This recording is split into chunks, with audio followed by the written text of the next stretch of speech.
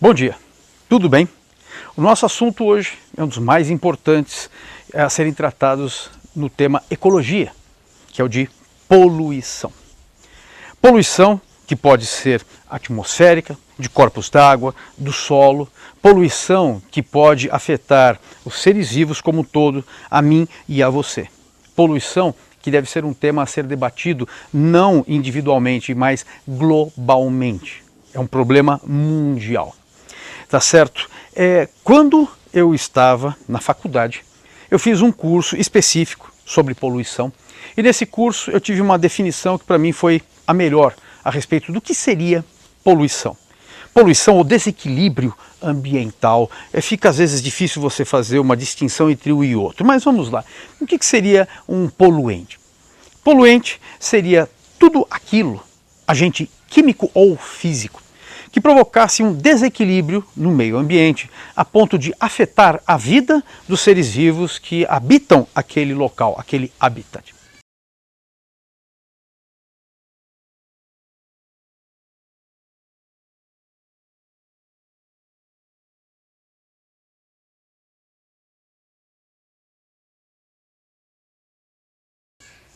E daí, de repente, você se pergunta, agentes físicos ou químicos, o que você quer dizer com isso? Bom, agentes químicos, eu acho que é óbvio, né? Substâncias que contaminam o meio ambiente, como toxinas lançadas por indústrias, ácidos que podem prejudicar o solo e os corpos d'água, né?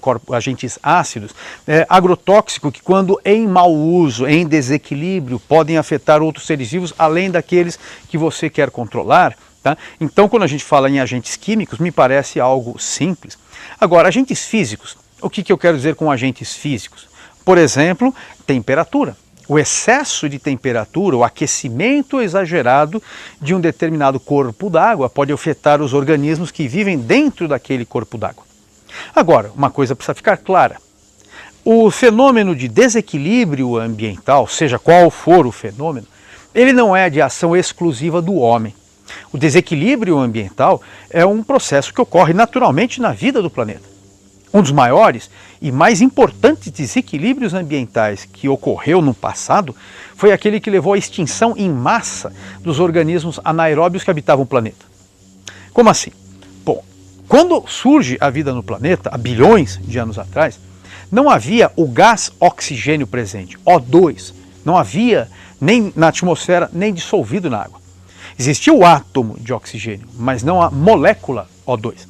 Esta surge muito tempo depois do surgimento da vida, quando surgem os primeiros organismos autótrofos, fazendo fotossíntese, quimiossíntese, e esses organismos começam a saturar o meio ambiente com o gás O2. Quebrando a molécula de água, libera-se oxigênio na atmosfera. O oxigênio atmosférico vem da quebra da molécula de água, para quem não lembra e para quem não sabe. Portanto, o oxigênio aos poucos foi sendo lançado no meio ambiente. Primeiro, obviamente, nos corpos d'água, onde viviam esses organismos, e aos poucos ele foi difundindo para a atmosfera, saturando primeiro o corpo d'água e em seguida a atmosfera. Como a vida estava presente nos corpos d'água, aos poucos essa saturação de oxigênio começou a eliminar os seres vivos anaeróbios, que eram praticamente todos, porque no passado não havia ainda oxigênio. Se havia organismos capazes de respirar, eles ainda não o faziam, porque não havia o gás oxigênio. Quando surge o oxigênio O2, os organismos aeróbios, que já existiam ou vieram depois, passaram a ser beneficiados pelo O2 e começaram a ter mais energia da quebra da matéria orgânica. Os anaeróbios, menos eficientes, foram perdendo a competição e ainda por cima começaram a ser mortos pela saturação de oxigênio, porque os anaeróbios não toleram o oxigênio. E, portanto, houve uma transição gigantesca e fantástica de um início de vida no planeta totalmente anaeróbio para uma fase seguinte aeróbia. Tá? Nós descendemos desse processo evolutivo, nós somos aeróbios. Entendido? Então, outros impactos interessantes que ocorreram não por ação humana, um deles foi, por exemplo, aqueles que levaram em vários momentos, tá certo, da história do planeta, a superextinções, extinções em massa, mega extinções. Uma delas que vocês mais conhecem foi a extinção dos dinossauros, mas houve outras extinções em massa antes dessa que levou ao fim dos dinossauros e abriu caminho para que aves e mamíferos dominassem o planeta. O que provocou essas mega extinções? Muito provavelmente a queda de meteoros. Há outras possíveis explicações, mas a do meteoro é aquela que nós usamos, né? É aquela que é atribuída mais solidamente à extinção dos dinossauros. Mas, de novo, há outras. Outros fenômenos até de fora do nosso sistema solar que poderiam afetar a vida do nosso planeta. Mas vamos lá. De que forma os dinossauros teriam sido extintos pela queda de um meteoro? Bom, primeiro, não necessariamente foi um meteoro, pode ter sido uma chuva de meteoros. E não meteoros pequenos, como aqueles que caem no planeta em grande quantidade todos os dias, mas quando chegam no solo estão na forma de poeira ou pequenas rochinhas, pequenas pedrinhas, pedregulhos. O que caiu, o que possivelmente caiu, deve ter sido um super gigantesco, ou mais de um. E ao ter o impacto com o solo, o impacto, o atrito do impacto, a energia do impacto teria localmente provocado uma destruição gigantesca. Mas isso não justifica a destruição planetária. A destruição planetária teria sido decorrente de uma alteração climática provocada pela queda desse meteoro. E como assim climática? Esse meteoro, ao se chocar com o solo ou com o corpo d'água, podia ser um oceano ou um lago, né? Ele emitiu uma grande quantidade de fuligem e vapor d'água na atmosfera. E nessa fuligem havia de tudo, substâncias inúmeras que podem ter alterado, né, as condições planetárias. Além do que a própria fuligem, lançada em quantidade absurda e dando a volta no planeta, pode ter reduzido a taxa fotossintética dos produtores. E aí em diante afetado toda a cadeia alimentar subsequente. E como essa afetação, essa falta de luz teria afetado todos os produtores, sejam aquáticos como as algas, sejam terrestres como as angiospermas, gimnospermas, briófitas, pteridófitas, isso teria levado a um impacto global em toda a vida do planeta. Acredita-se que a porcentagem de seres vivos que sobreviveu tenha sido mínima, tá? Decorrente dessa possível queda, que não foi ação humana. Outro fenômeno que não é humano e desequilibra o planeta são os fenômenos, que é um fenômeno de El Niño, onde o aumento da temperatura das águas do Pacífico altera climaticamente o planeta.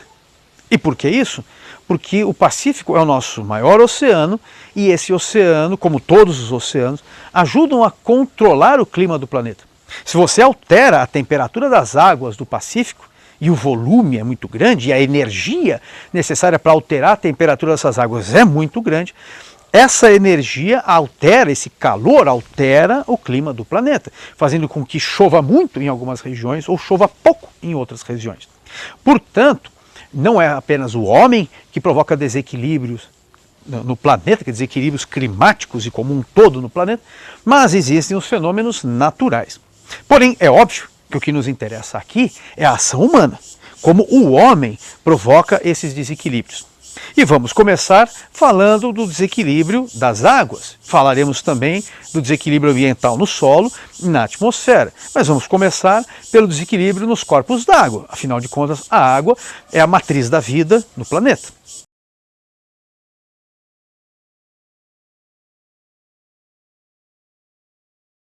E como se dá a ação humana poluindo os corpos d'água? De que forma nós contribuímos para a poluição dos corpos d'água?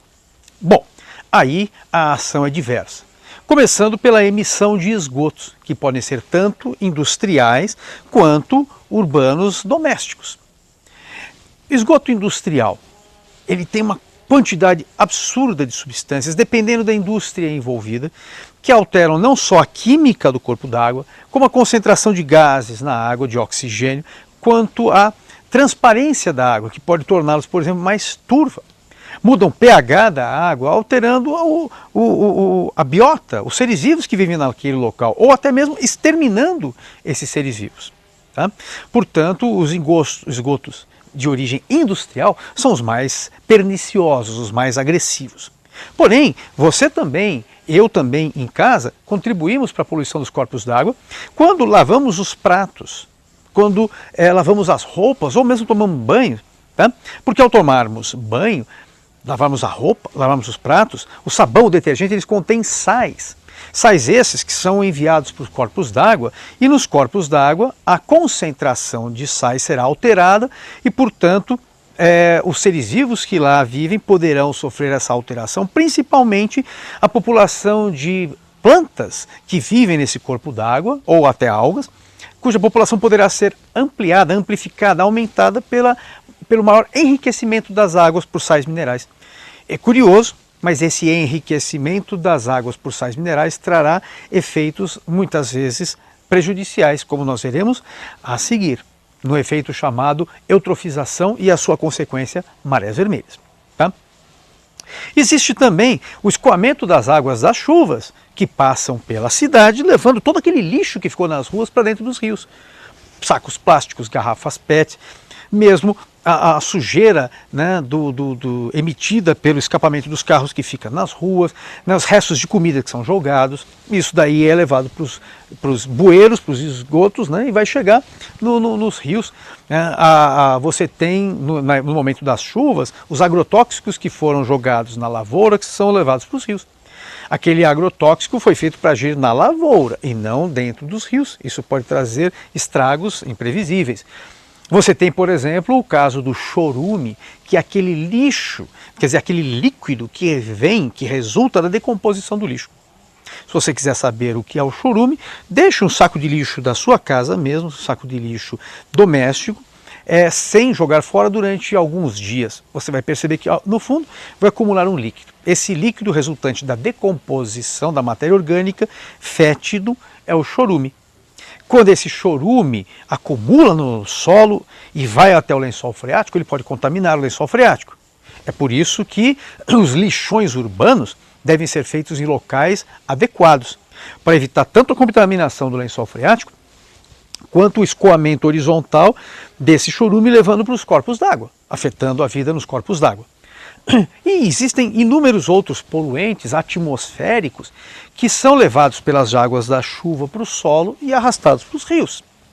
Portanto, a poluição dos corpos d'água é constante, permanente, pela nossa ação direta ou indireta, proposital ou não. Além disso, existe a questão da alteração da temperatura das águas que afeta a vida naqueles corpos d'água. E de que forma ocorre essa alteração da temperatura das águas por ação humana? Não estou me referindo ao El Niño, por ação humana.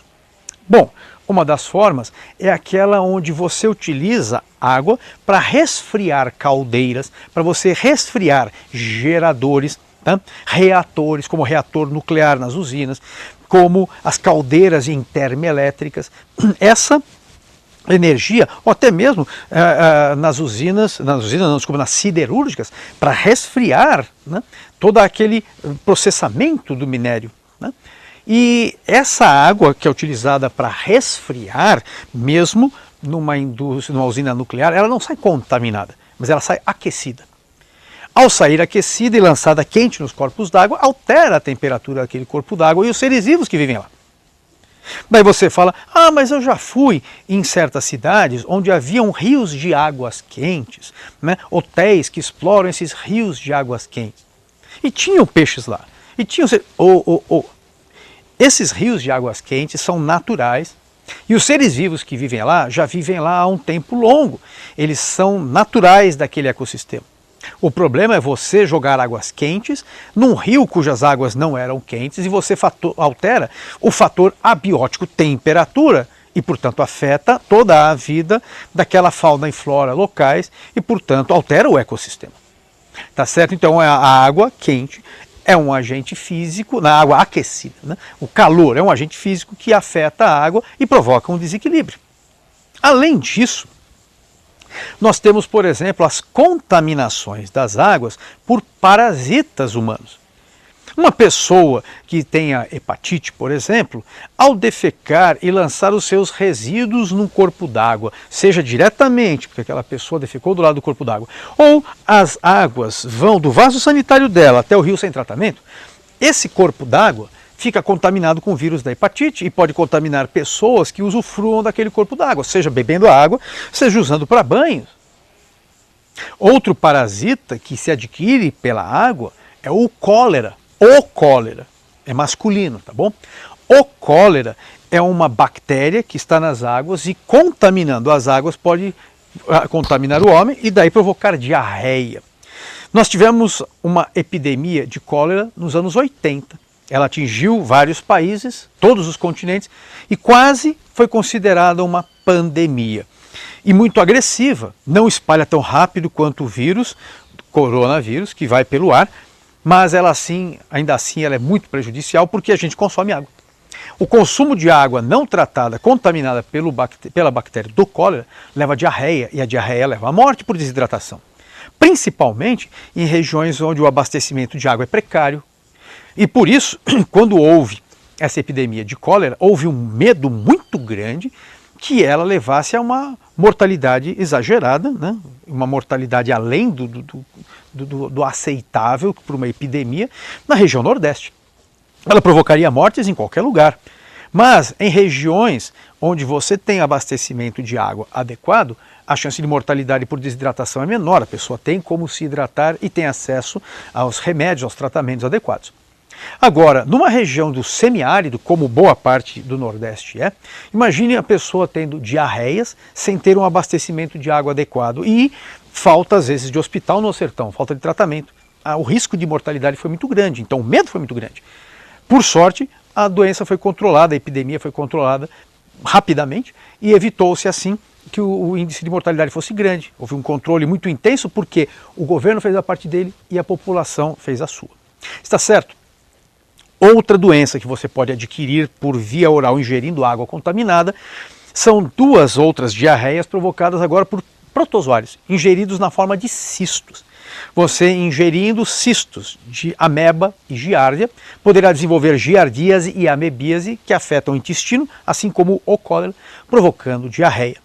Outras doenças provocadas por vermes você pode adquirir ingerindo ovos dos vermes, como é o caso dos ovos de Ascaris lumbricoides, a lombriga, ou os ovos do cisticerco, os ovos da tênia, né, que leva à cisticercose, ao desenvolvimento do cisticerco no corpo.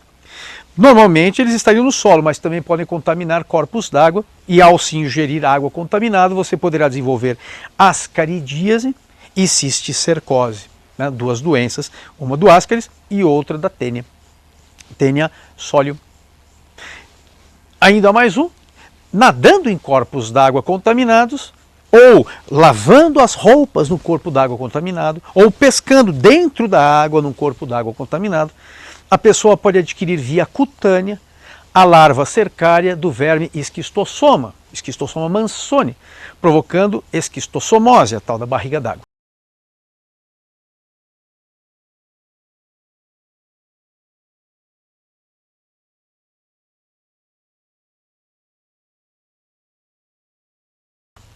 Portanto, além da poluição das águas, né, levar à intoxicação dos corpos d'água, levar à proibição daquela água para consumo humano, levar à perda de biodiversidade, também pode trazer inúmeras parasitoses.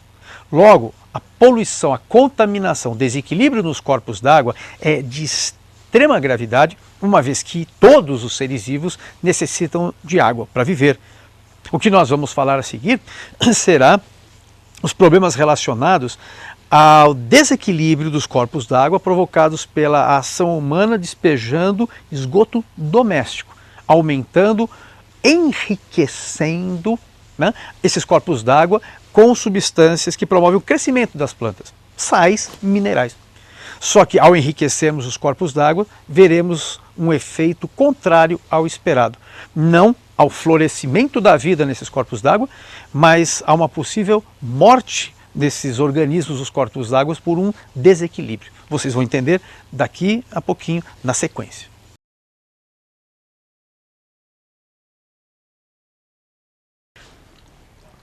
Além da morte de um corpo d'água pela emissão de poluentes, quando nós vemos os rios Tietê e Pinheiros em São Paulo, por exemplo, que são totalmente mortos, as águas não permitem mais a vida de organismos, fora algumas bactérias que conseguem sobreviver naquele ambiente anóxido, provavelmente bactérias anaeróbias conseguem viver, se é que algumas conseguem sobreviver em meio àquela toxidez toda. Tá? Então, fora isso, essas situações onde o ambiente é totalmente contaminado por poluentes e os organismos morrem intoxicados, O que mais pode promover a alteração das águas a ponto de provocar mortes? De uma forma que até pareceria natural. Bom, uma dessas formas é a emissão de lixo doméstico nos corpos d'água. Quando esse lixo doméstico, obviamente, não foi tratado no meio do caminho e atingiu o corpo d'água. Se você tem um sistema de tratamento das águas e o lixo doméstico não atinge o corpo d'água ou após o processamento aquelas águas chegam ao corpo d'água, aí você praticamente não terá tantos problemas. Poderá ter, sim, mas nem tantos. Agora, quando você tem a emissão de esgoto doméstico num corpo d'água, pode ocorrer um fenômeno curioso chamado eutrofização. Bom, eutrofização vem de dois radicais. Eu quer dizer perfeito e trofos, alimentação. Eutrofização, portanto, seria uma boa alimentação de um corpo d'água. E quando me refiro à alimentação, é o enriquecimento dos corpos d'água de sais minerais, de nutrientes diversos que garantiriam o crescimento de organismos autótrofos naquele local. Vamos explicar melhor. Vamos supor que exista um condomínio crescendo à beira de uma represa. De repente, uma represa limpa, um condomínio bonitinho, né, bem estruturado, só que sem uma coleta da água dos esgotos, sem o tratamento adequado das águas que são jogadas indevidamente naquela lagoa. Então vamos imaginar o que aconteça. Você tem um lago bonitinho, nesse lago há peixes, nesse lago há algas na superfície, aproveitando que as águas estão paradas, né, florescem algas na superfície, né, que vão alimentar esse fitoplâncton, alimentar o zooplâncton, que vai alimentar os peixes, mantendo uma cadeiazinha alimentar.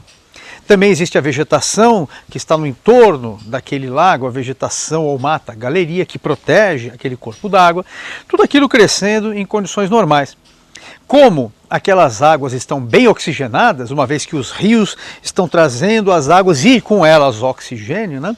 Do movimento dos rios, a água oxigenada, aquele rio está trazendo oxigênio, então aquela água ela está limpa, ela contém oxigênio e existe toda uma cadeia alimentar estabelecida com organismos vivendo num certo equilíbrio. Então vamos imaginar uma situação ideal. Aquele corpo d'água está muito bem de saúde. Aí o condomínio foi construído ao lado. Poderia ser uma cidade, vamos pensar numa situação fictícia. Um condomínio foi construído ao lado desse corpo d'água maravilhoso, né?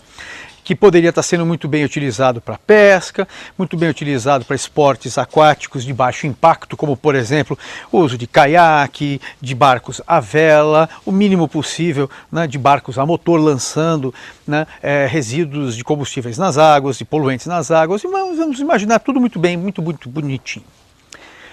Só que esse condomínio ilegal, não o condomínio, mas todo o processo de deslocamento das águas, do esgoto, ilegal. Ele não seguiu as normas. Essas águas não estão sendo encaminhadas para um sistema principal que vai levar para uma estação de tratamento. Essas águas estão sendo lançadas no lago. Tá? Esse esgoto lançado no lago contém dejetos humanos, contém folhas, restos de matéria alimentar em decomposição, de alimentos. Mas também tem os detergentes, que como eu já citei, são ricos em sais minerais. Tem sabão, né, dissolvido, rico em sais minerais. O que vai acontecer quando esse conjunto todo de substâncias, essa sopa, por assim dizer, entra nas águas limpas daquele lago? Bom, em primeiro lugar, aqueles minerais que já estão lá dissolvidos vão ser absorvidos pelos vegetais que estão dentro d'água, plantas aquáticas e algas, e também pela vegetação do entorno, quando você tiver uma vazante das águas. Agora, a matéria orgânica lançada será decomposta. Afinal de contas, um lago sadio tem organismos decompositores, em geral bactérias. A decomposição da matéria orgânica, sejam fezes, sejam restos alimentares, vai liberar no solo, quer dizer, no corpo d'água, o CO2, que vai ficar dissolvido na água até escapar para a atmosfera, mas também serão liberados os minerais, os nutrientes, na forma de sais minerais, na forma de amônia, né, que é rica em nitrogênio, na forma de compostos de enxofre, uma vez que existe enxofre dos aminoácidos que compõem as proteínas, fosfatos, uma vez que o fosfato faz parte dos ácidos nucleicos, quer dizer, toda a matéria orgânica digerida vai estar contribuindo para o enriquecimento daquela água com nutrientes. Os nutrientes que mais promovem crescimento são o nitrogênio, necessário para a fabricação dos aminoácidos e, portanto, das proteínas, das bases nitrogenadas e, portanto, dos ácidos nucleicos. Também o fósforo, fosfato, necessário na construção do DNA, do RNA, já que os ácidos nucleicos não são formados apenas por bases nitrogenadas, mas por nucleotídeos. E no nucleotídeo eu tenho o fosfato. Aliás, é o ácido fosfórico presente no DNA e no RNA que tornam eles ácidos. Certo? E além de outros nutrientes que os seres vivos necessitam, como o potássio. NPK são 3 nutrientes extremamente importantes e fundamentais para a vida. Esses nutrientes agora, vindos da decomposição, estão, junto com os outros minerais que já estavam presentes, eles vão enriquecer as águas, eutrofizar as águas, bem alimentar as águas. Essas águas agora enriquecidas por esses nutrientes vão ter um bloom, não é boom, é bloom, um florescimento de vegetais. Se naquele local havia fitoplâncton, algas, esse fitoplâncton vai espalhar, né, demais. Poderia haver pequenas angiospermas flutuantes. Então, flutuantes também são fitoplâncton. Fitoplâncton não é apenas alga. Fitoplâncton é um vegetal que esteja à deriva, empurrado pelos ventos, por exemplo. Se lá havia plantinhas flutuantes, aguapé é um exemplo, salvíneas, outros exemplos, o que nós teríamos? Um florescimento, um crescimento exagerado dessas plantas na superfície das algas. Desculpa, na superfície das águas, certo? E aí você fala, opa, legal, aumenta a quantidade de produtores, aumenta a oferta de alimento para os consumidores. É verdade. Só que aí vai acontecer o seguinte, com o aumento da população de produtores, eu terei o aumento da população de consumidores primários e secundários, e aí eu tenho um crescimento populacional, vai havendo um adensamento maior de peixes naquele lago. Legal, bacana, vou poder pescar mais. Tá bom, você vai poder pescar mais.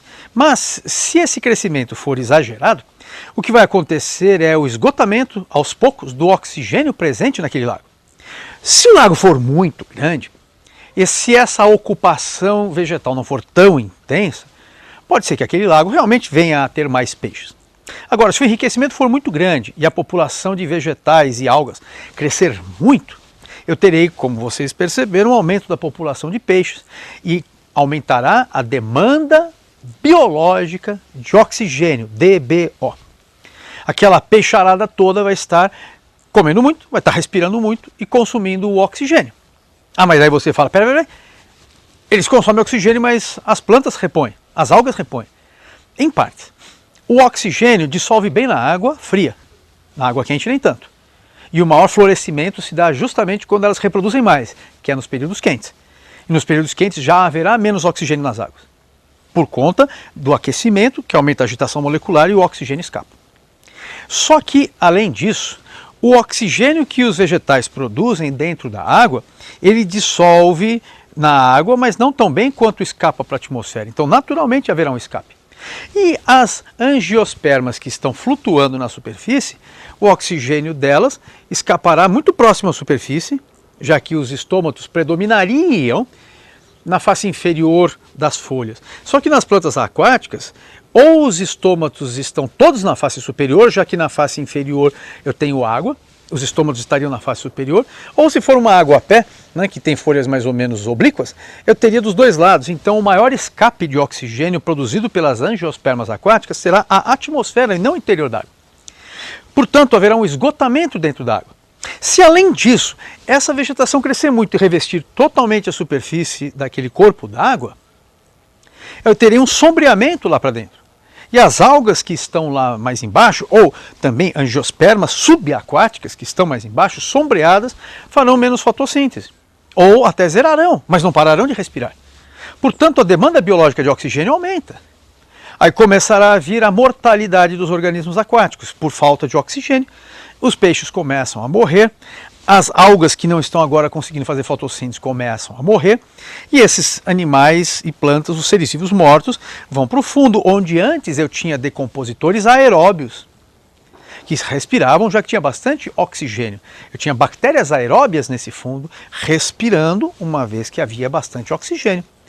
Agora, com a queda acentuada desses organismos no fundo, e a falta de oxigênio, vai formando no fundo um ambiente anóxido, pobre em oxigênio, o que favorecerá o florescimento das bactérias anaeróbias, dentre as quais algumas muito prejudiciais à saúde, como a do tétano, por exemplo. Dentre essas bactérias anaeróbias, fazendo a decomposição, elas vão começar, algumas delas, a produzir metano, a produzir ácido sulfídrico, que vão começar a intoxicar aquele corpo d'água, acidificar aquele corpo d'água. E, portanto, a vida, que no começo era pouca, de repente teve um crescimento acentuado, agora a vida começará a diminuir. Aquele corpo d'água que começou oligotrofizado, oligo quer dizer pouco, pouco alimentado e mantinha a vida, se torna um ambiente eutrofizado, bem alimentado, que não sustenta mais vida. Parece uma contradição, mas é uma consequência de um desequilíbrio ambiental. Além disso, em alguns locais, esses micro-organismos aquáticos, fotossintetizantes, os autótrofos, poderão gerar toxinas. É comum em corpos de água doce a existência de cianobactérias produtoras de toxinas. A toxina é um resíduo do seu metabolismo.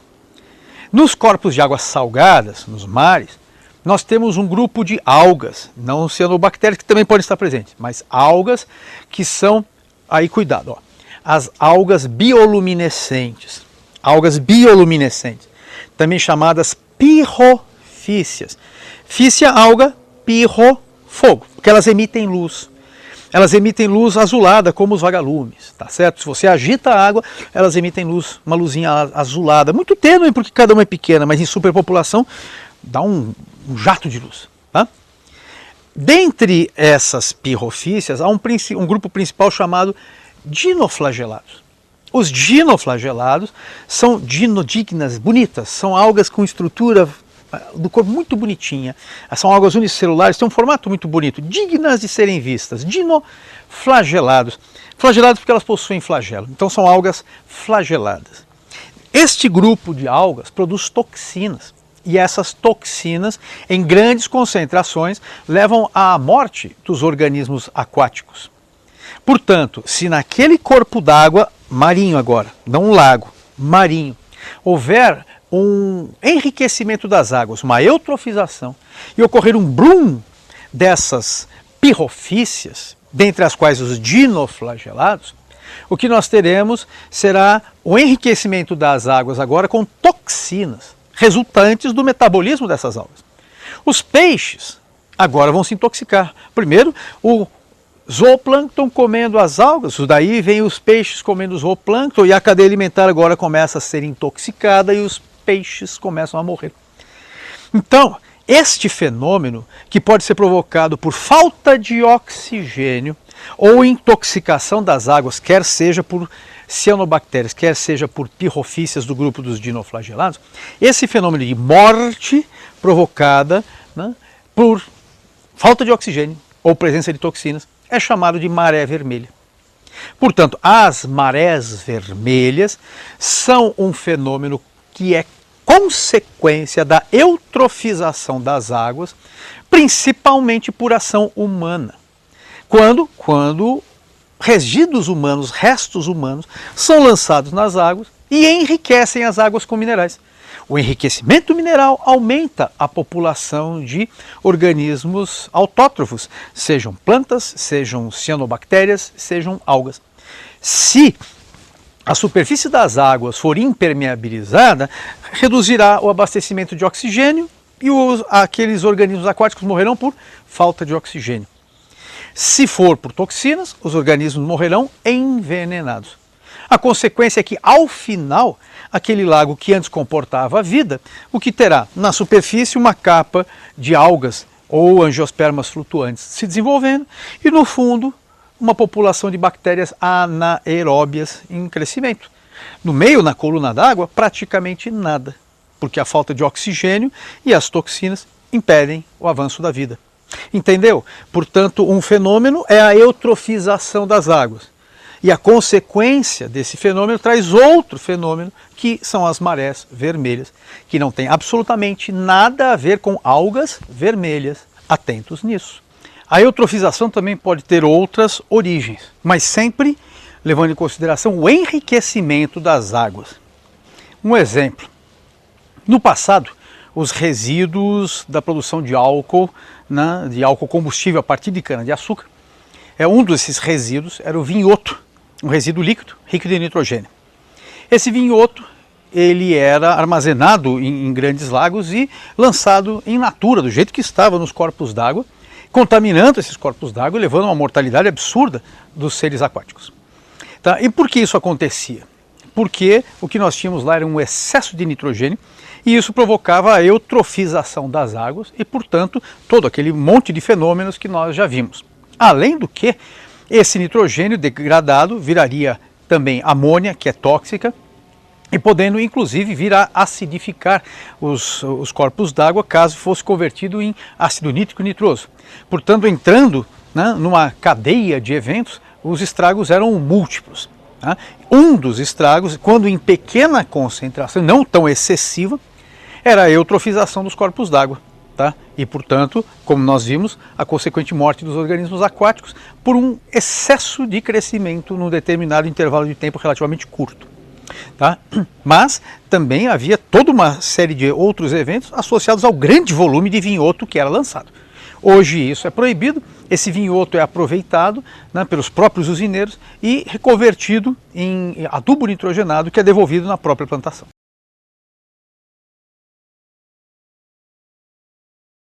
Agora, falemos da poluição atmosférica. Poluição atmosférica, obviamente, é aquela onde os poluentes não estão nos corpos d'água, mas em suspensão na atmosfera, na camada gasosa que nos envolve.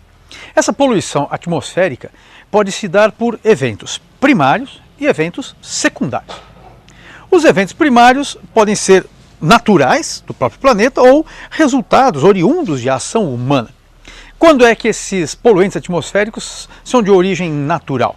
Bom, por exemplo, um vulcão entra em erupção e lança uma quantidade absurda de gases e componentes particulados na atmosfera. Esses gases podem levar à formação, inclusive, de chuva ácida, se forem gases de enxofre. Os elementos particulados podem refletir o excesso de luz que entra no planeta, escurecendo aquela região por um determinado período de tempo, reduzindo taxa fotossintética, resfriando o local. Depende, óbvio, da extensão do estrago provocado pela erupção vulcânica. Portanto, esses seriam fenômenos naturais.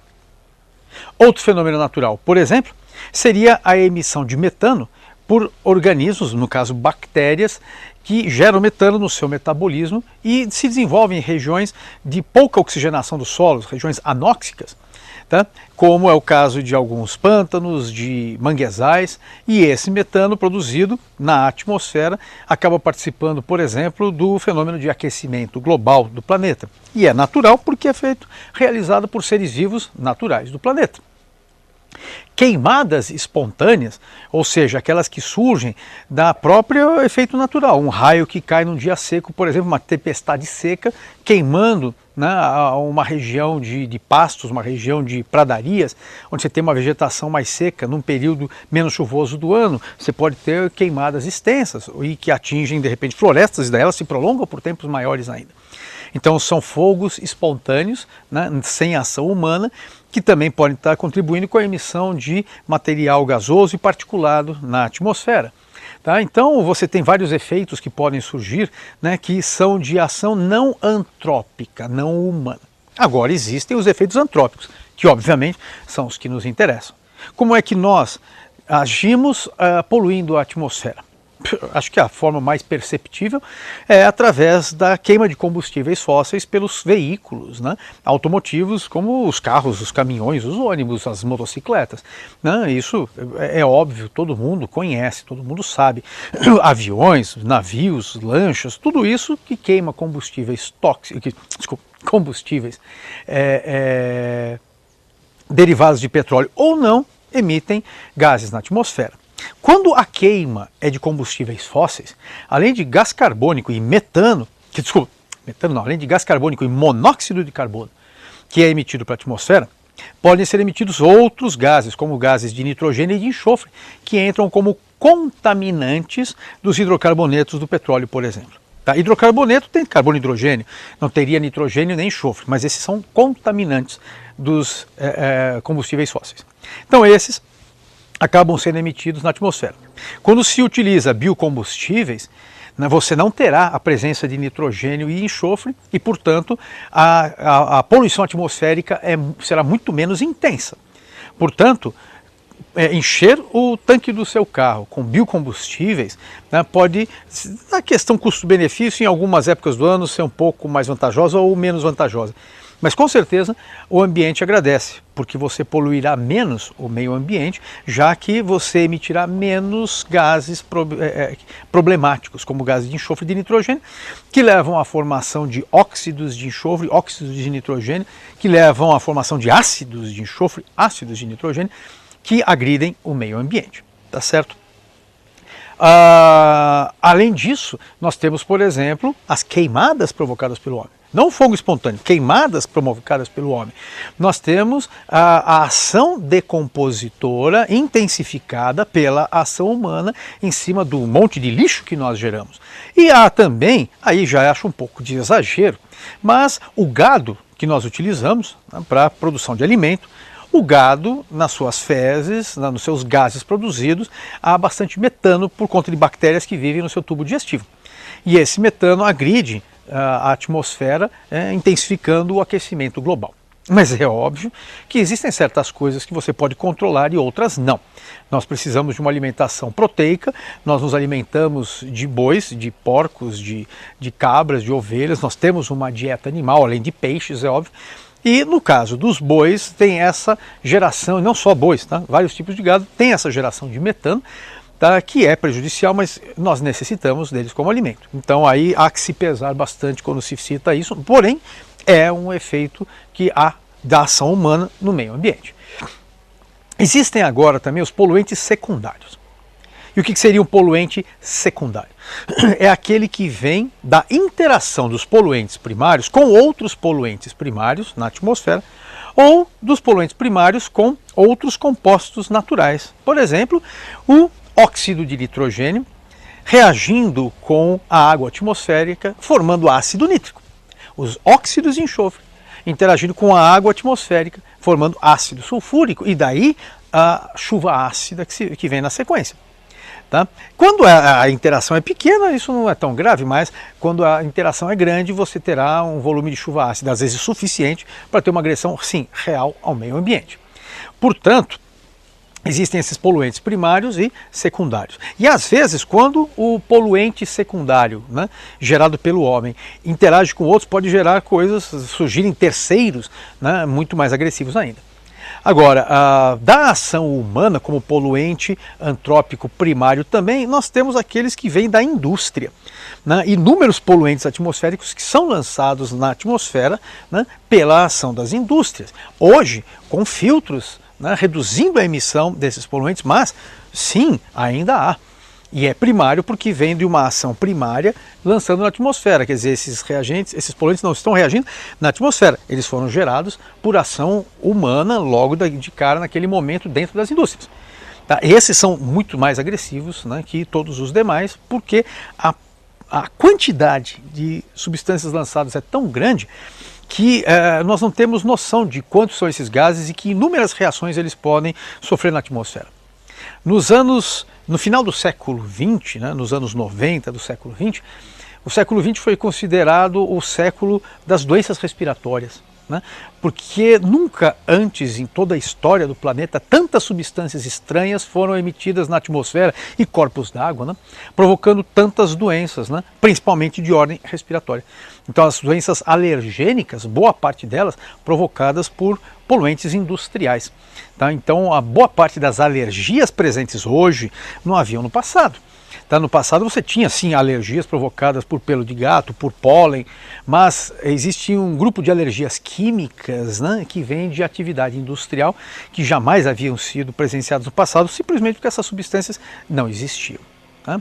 Agora, dos gases emitidos na atmosfera mais prejudiciais, nós temos, por exemplo, o monóxido de carbono. Esse gás é violentíssimo, ele é um veneno. O CO2 não é veneno. Tá? O monóxido de carbono, esse sim é um veneno. Para o CO2 se tornar um veneno, você teria que ter uma quantidade absurdamente gigantesca. O monóxido, sim, esse é grave.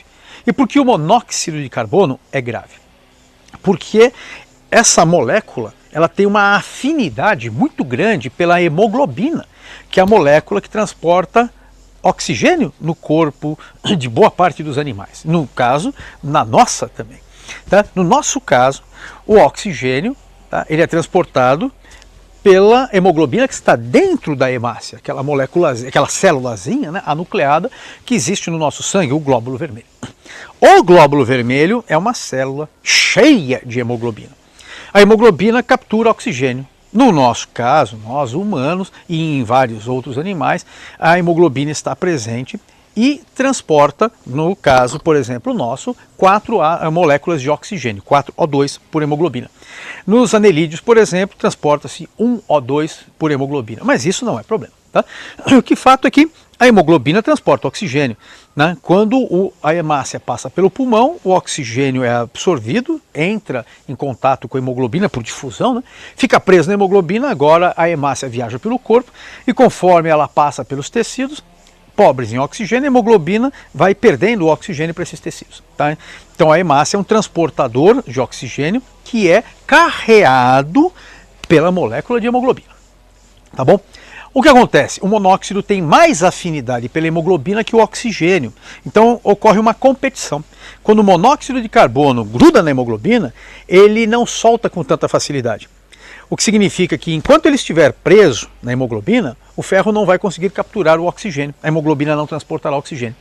Se uma pessoa inalar muito monóxido, a hemoglobina, as milhões, bilhões de hemoglobinas do corpo ficarão saturadas de monóxido e cessará a circulação de oxigênio. Aos poucos a pessoa vai perdendo energia, porque os estoques de ATP vão gastando, o pouco de oxigênio que entrará nas células não será suficiente para que as mitocôndrias reponham toda a quantidade de ATPs que está sendo perdida, então você vai ter um déficit energético e aquela pessoa poderá vir a óbito.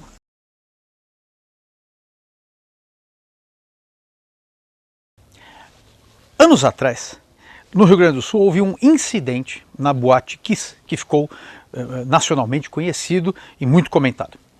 Nesse incêndio que consumiu a boate, que estava lotada de pessoas, a morte foi provocada principalmente por intoxicação, por 2 agentes.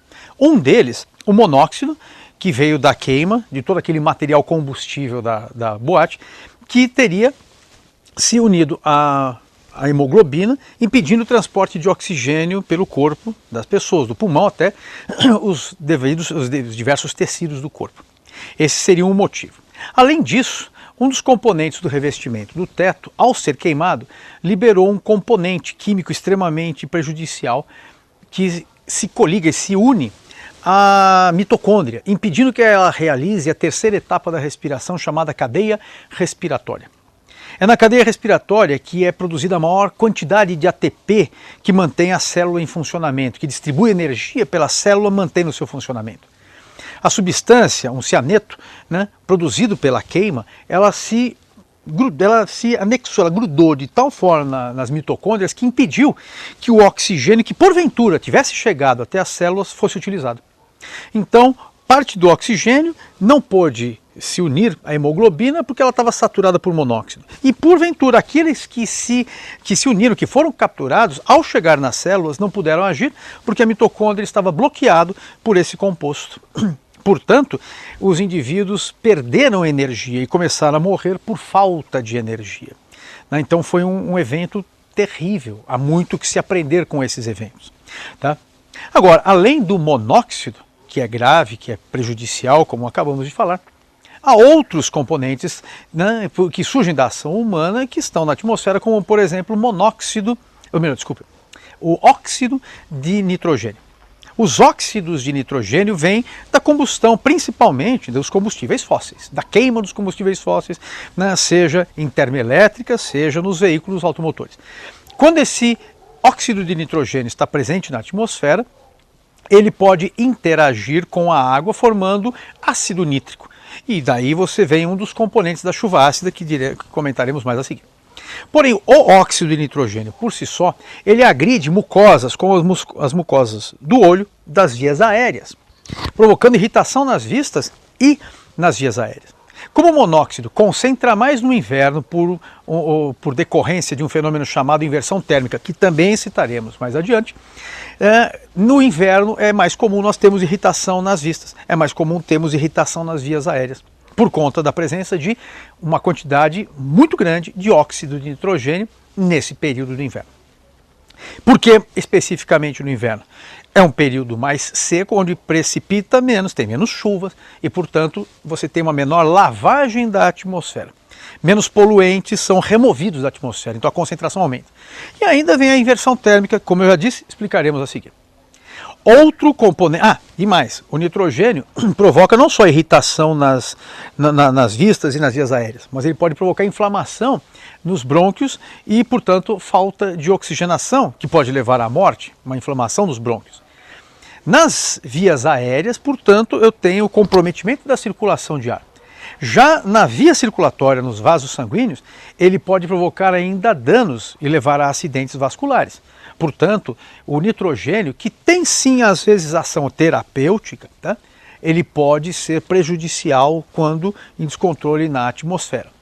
Outro componente da atmosfera agressivo, muito agressivo, e que as pessoas nem sempre pensam dessa forma, é o ozônio.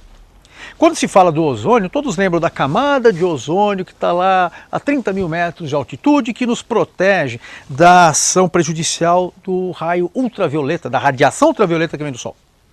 Tá? Todo aquele espectro de ultravioleta mutagênico prejudicial à saúde, né, ele pode ser barrado em parte pela ação do ozônio presente na atmosfera. E em parte também pela aplicação de filtro solar. Não é? Porém, o ozônio na baixa atmosfera, onde nós estamos, ele se torna um poluente. Assim como os óxidos de nitrogênio agride as vistas e as vias aéreas, também pode provocar acidentes vasculares e, portanto, é prejudicial à saúde. E como surge este ozônio na baixa atmosfera? O óxido de nitrogênio está agindo aí. O NO presente na baixa atmosfera, principalmente nos períodos de inversão térmica, como acabamos de falar, pode, na presença de um dia ensolarado como esse, reagir com o oxigênio. O O2 pode interagir com o NO na presença de luz, formando o ozônio. É um fenômeno chamado smog fotoquímico. Você tem uma névoa que na presença de luz gera um produto químico que é o ozônio. Na baixa atmosfera ele é extremamente prejudicial à saúde. Na alta atmosfera, o ozônio é um protetor do nosso organismo contra a ação prejudicial da radiação ultravioleta. Tá? Então, aquela história, o poluente, ele é perigoso, desculpa, o poluente é poluente quando ele está no local errado. No local certo, lá na alta atmosfera, o ozônio não é poluente. Aqui embaixo, na baixa atmosfera, ele se torna poluente. Tá? Então o poluente, ele não é apenas aquela substância, mas no local onde ela se encontra e na concentração em que ela se encontra. Está certo? Então esse fenômeno, né, se chama smog fotoquímico. Quando a gente fala de fog é uma névoa úmida. Fog londrino, né? Lá na Inglaterra você tem aquela névoa úmida, né, que torna toda a região do Reino Unido um ambiente meio sombrio, bom para filmes de terror, não é isso? Agora o smog é uma névoa seca, ela se forma principalmente no inverno, mas acima de tudo em dias ensolarados. Está certo? Então daqui a pouquinho nós vamos falar de chuva ácida e inversão térmica, outros dois fenômenos extremamente importantes.